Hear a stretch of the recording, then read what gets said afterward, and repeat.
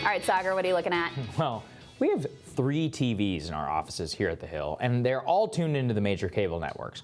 Almost always without fail, in the middle of the day, stories about impeachment are splashed across all 3 chyrons.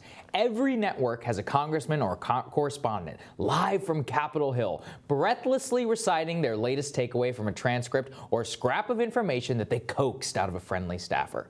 Now, establishment Democrats, they see this. They decide they must, of course, pounce. This is the most important story of their lifetimes, after all, right? Wrong.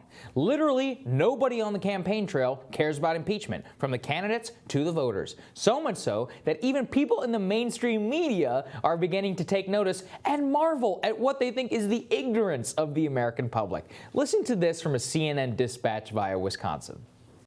Now, Wisconsin Democrats say they knocked on more than 50,000 doors just this weekend. That is double the number that Trump won the state of Wisconsin by in 2016. And here's some instant polling for you, Jake.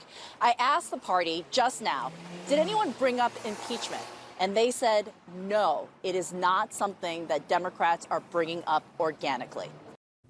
You can just see how puzzled they are. I mean, look at this tweet from Caitlin Huey-Burns of CBS News. She attended 4 presidential town halls over the last 2 days where the issue of impeachment did not come up once. She notes that 2 weeks ago when she was in Iowa and attended 3 at that time, impeachment also did not come up. It's almost like voters are trying to send a message. They don't give a damn about impeachment. And yet, Democrats and their media allies in Washington are responding in kind by focusing on nothing but impeachment. The next presidential debate is 15 days away. Rachel Maddow is moderating. Who wants to bet that we're going to be stiffed a substantive 15 or so minutes again to dither around on impeachment? The Atlantic is also getting in on the action with a news story about how nobody on the campaign trail cares about how, you guessed it, nobody cares about impeachment. The reporter notes that at a recent major political event in Iowa, over the weekend, only 1 candidate mentioned impeachment during his speech, and that candidate's name is Tom Steyer. He quotes presidential candidate Andrew Yang saying, "We have to face facts where not a single Republican crossed the aisle to support the impeachment vote," adding, "That would certainly suggest that impeachment's going to run aground in the Senate, and this is going to wind up with Donald Trump claiming innocence and vindication." Weird. Yang must be watching Rising, or maybe he just has some common sense. The media and the establishment Democrats insisted on not only pursuing impeachment, but thinking it is worthy of bringing the issue to the top of the American people's mind is maybe why things are not going so well right now in the 2020 race.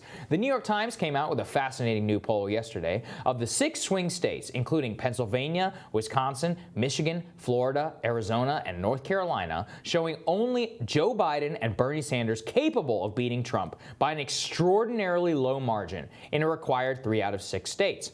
Warren did not beat Trump in a single one of the battleground states. The best she could even come up with was Arizona, where, and guess what? Which candidate has been talking about impeachment the most on the campaign trail?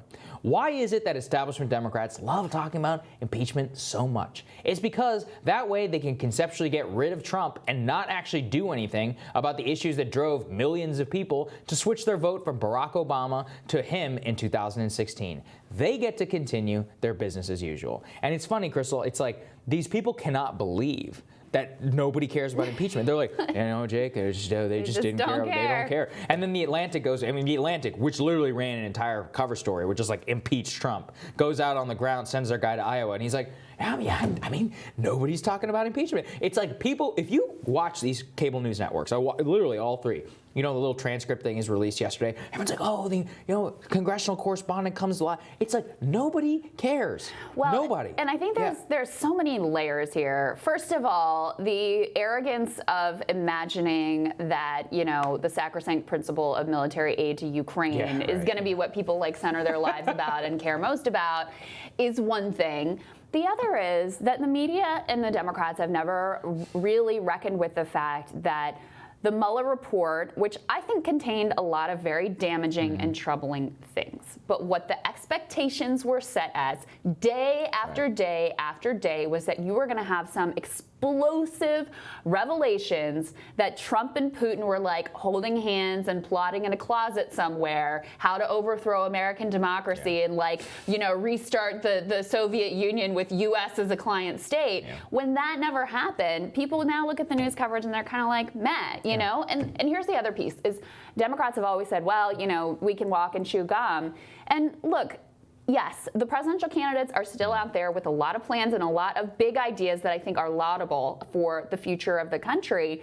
But the media cannot walk and chew gum. No. So wall to wall, rather than talking about healthcare, rather than talking about climate, rather than talking about wages or unions or anything that might connect with people in their ordinary lives, we're talking about Ukrainian transcripts. Yeah. And Right. it's no wonder that, we see this New York Times polling that you point to that shows Trump's got a pretty good shot at getting reelected. Exactly. You go up on CNN, you're going to have maybe a 2-minute package about the Warren's Medicare for All plan, which, by the way, won't even be accurate. And then they're going to have a 15-minute panel discussion about, like, the former ambassador of Ukraine's transcript. They're going to have some giant screen with a bunch of highlights. And it's like, no wonder. Right? No wonder that things are so tight in Iowa, or so tight in Michigan, Pennsylvania, Wisconsin, Florida, Arizona, right. North Carolina. I mean, these numbers should be a massive wake-up call, and yet they don't care. They have no conception that people cannot conceive of the same things that they do. Yeah. They just can't. Right, and the inequality that we have in this country ties into this, because as the cultures from like the working class and the middle class